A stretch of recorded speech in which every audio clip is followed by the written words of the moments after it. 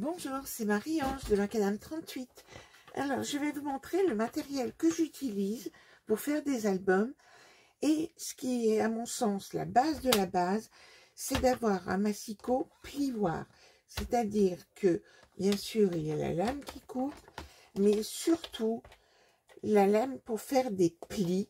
Et ça, à mon avis, c'est indispensable. Il en existe de toutes les tailles, de toutes les marques.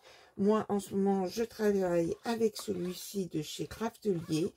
Et donc, cette fonction-là est hyper importante pour pouvoir faire des albums. Tout repose sur des plis. Donc, un massicot, je vous montrerai les autres que j'utilise. Mais pour démarrer, on prend ça. On ira plus loin ensuite. Ensuite, il vous faut aussi un cutter, une paire de ciseaux et libre à vous de les utiliser. Soit vous préférez travailler avec des ciseaux, soit avec un cutter pour les petites choses qui ne sont pas pratiques à faire avec le massicot. Il vous faut ce que j'appelle un plioir. Donc, celui-ci est bien abîmé, c'est-à-dire pour marquer les plis quand on fait un pli. Et donc, moi, j'utilise en plus, et c'est un outil que j'ai sous différentes formes, c'est un outil de pâtisserie. Je ne sais pas comment ça s'appelle. Et donc, quelque chose en plastique avec un bord droit. Et ça me permet d'étaler la colle, de marquer les plis. Donc ça, c'est un outil voilà, qui n'est pas défini comme matériel de scrap, mais j'en ai de toutes les couleurs, de toutes les formes. Ensuite, alors j'enlève ce que j'ai déjà. Il vous faut un pic. Le pic va vous servir à percer des petits trous, va vous servir à décoller le scotch double face, donc du scotch double face aussi, de différentes tailles. Et puis ensuite, bon, bien sûr, un crayon. La colle que j'utilise, c'est toujours celle-ci, la All Purpose, voilà. Et donc, je ne vais jamais jusqu'au bout dans mon tube de colle quand il en reste plus que 1 cm. Je le range dans une boîte comme ceci, à la tête à l'envers, et quand j'en ai 5 ou 6, je récupère et je récupère toute ma colle. Bien sûr, besoin d'une règle, et puis je pense qu'il faut, même pour le démarrage, avoir une perforatrice d'angle. Celle avec les 3 dimensions me paraît très bien. C'est toujours plus joli quand on arrondit les angles sur nos trucs. Alors, ce que je vais, par exemple aussi, donc arrondir les angles, ça c'est important. Et moi, ce que j'utilise, j'en ai une deuxième qui fait un angle plus joli. Donc ça, c'est pour aller plus loin, d'avoir d'autres perforatrices avec d'autres motifs pour les angles. Ça peut être très sympa, ça finit bien un album. Et puis, du scotch. Et alors, je vous conseille d'avoir du scotch facilement dévidable. Rien de tel que c'est compliqué d'essayer de dérouler du scotch. Je parle de vécu. Donc moi, j'ai du scotch, même si c'est pas très scrap comme outil. Moi, j'utilise du scotch. Il vous faut tout de suite des petits accessoires, à savoir des attaches parisiennes. Là, elles sont groupées sur un aimant. Donc, des attaches parisiennes de toutes les formes. Attaches parisiennes ou l'autre nom que vous trouverez dans la littérature, ce sont des brades. Attache parisienne égale brade. Et pour démarrer, il vous faut aussi des rubans de toutes les couleurs, de toutes les tailles. J'en profite pour vous montrer ma boîte à rubans comme ceci que j'avais faite, où comme ça, on a toutes sortes de rubans bien utiles pour fermer les pages. Mais je ne me sers pas que de cela. Alors, il va vous falloir bien sûr du papier. Alors, le papier, il vous faut des types de papier. Donc, je vous montre un de mes blocs préférés. Donc, on travaille en général avec des feuilles qui mesurent 12 pouces, 30,5 par 30,5 cm en papier déco. Et le grammage de ces feuilles-là, c'est ça qui va être important pour vous toujours, c'est de penser au grammage des feuilles, l'épaisseur de vos feuilles. Donc, celles-ci sont en 230 grammes, donc ce qui permet de faire de beaux albums. C'est une épaisseur tout à fait convenable. La structure, je la fais en général avec ce papier-là, et donc c'est du 300 grammes. Donc, il vous faut vous trouver du papier épais supérieur à 200 grammes pour faire la structure. Et puis, il vous faut ce qu'on appelle du cardstock. Cardstock. Alors, c'est du papier qui mesure entre 120 et 180 grammes.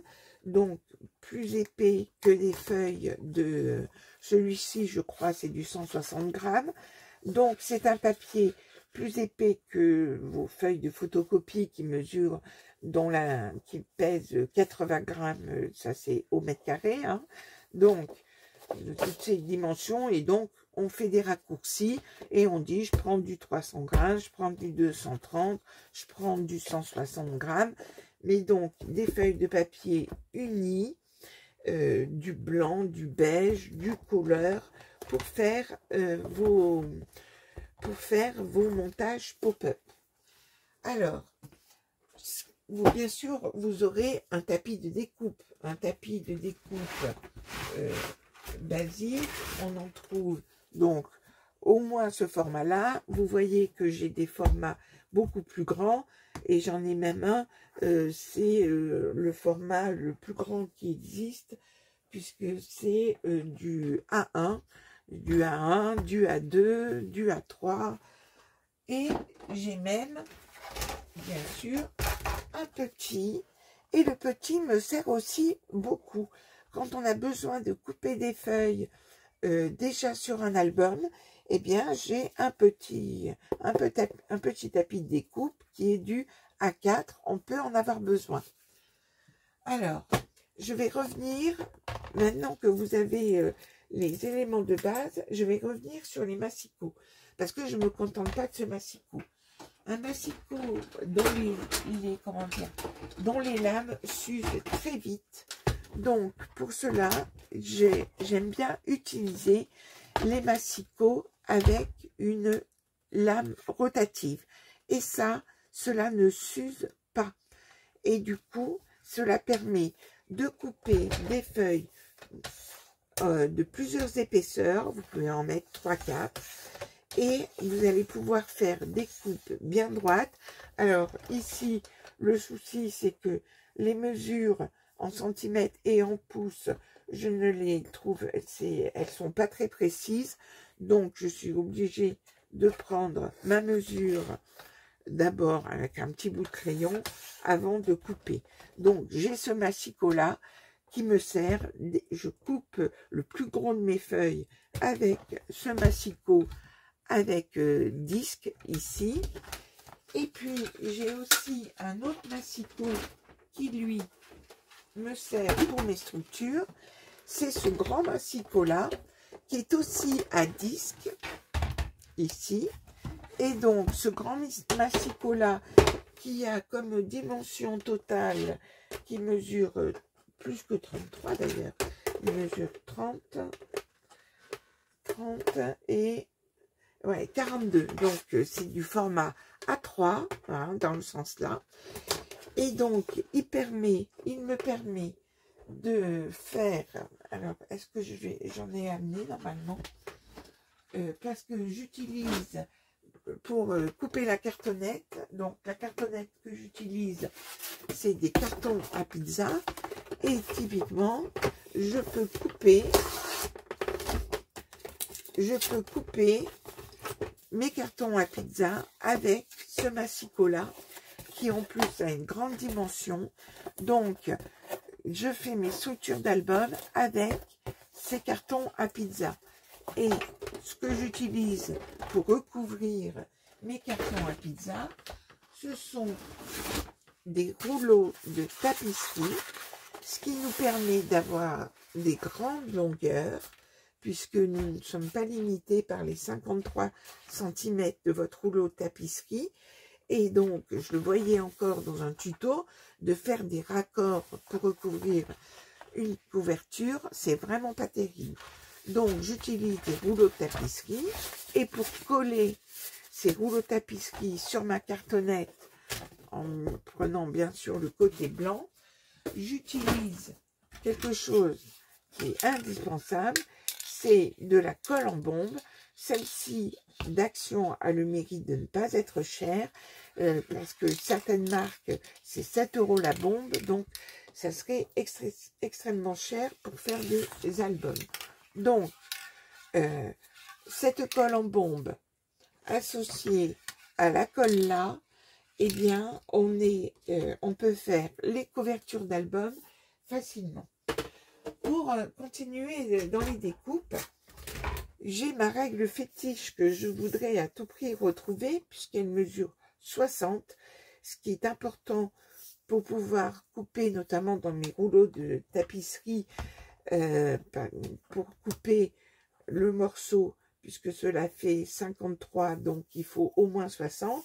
Et en plus, cette règle a des petites graduations verticales, ce qui me permet de pouvoir tracer des traits en bas pour positionner ma couverture. Je m'aligne bien, par exemple à 2 cm. Donc cette règle, elle est super, mais elle commence à être abîmée. Donc il faut que j'en trouve un autre. Alors comme elle était abîmée, j'ai trouvé cet outil-là qui sert pour la tapisserie.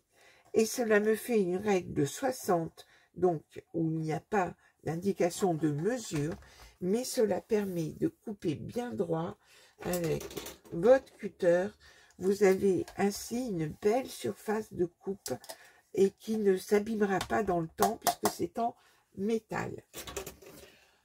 Alors ensuite, dans mes outils fétiches, il y a l'agrafeuse magnétique. Alors ça, c'est quelque chose que j'adore, cette agrafeuse magnétique qui permet donc, par exemple, je veux agrafer ceci, ce petit livret. J'ai pas pris de papier là dans le bureau où je travaille. Donc, si je veux pouvoir agrafer sur cette page ici, si je veux l'agrafer ici, c'est impossible de l'agrafer avec une agrafeuse normale. Et avec mon agrafeuse magnétique, je peux agrafer sur n'importe quelle, comme ceci. Et donc, je peux agrafer les choses avec n'importe quelle distance grâce à cette agrafeuse magnétique que j'aime beaucoup. Un autre outil dont je me sers beaucoup, c'est la planche à enveloppe. Donc, Action n'en fait plus, mais vous en trouvez dans le commerce. Et j'utilise beaucoup cette planche à enveloppe dont je vous ai déjà expliqué le mécanisme. Autre outil qui est très bien aussi, c'est la Crop-A-Dile. La Crop-A-Dile, je vous réécris son nom, Crop-A-Dile, qui permet de faire des trous de 1 pouce ou de 3 pouces, de 1/8 de pouce ou 3/16 de pouce. Et donc, on fait les trous et surtout, on peut poser des œillets. Donc, c'est une pince 2 en 1 et je m'en sers énormément. Dans les outils que j'utilise beaucoup aussi, c'est ma perforatrice de taille. Donc, ça permet donc de faire des tags de différentes dimensions. Donc, je vous coupe un petit bout et donc, ici, vous voyez, ça nous fait un tag et un trou en plus. Donc, je me sers énormément de ceci. Et une autre perforatrice qui me paraît très bien aussi, c'est celle-ci. C'est celle pour faire des ronds, des petits disques. Donc, si vous avez, il y a différents diamètres. Là, moi, celle-ci, c'est la classique 1 pouce, 2,5 cm. Et ça nous permet, ensuite de faire des attaches en les doublant et ensuite d'utiliser une attache parisienne que nous allons percer en son centre et nous allons pouvoir faire ainsi des attaches. Ce dont je me sers aussi, en plus des rubans, je me sers de velcro adhésif. Donc, vous connaissez le système du velcro et le velcro adhésif. Et avec ça, juste avec ces outils-là, eh bien, j'arrive à faire les albums que vous avez l'occasion de voir sur ma chaîne. À très bientôt!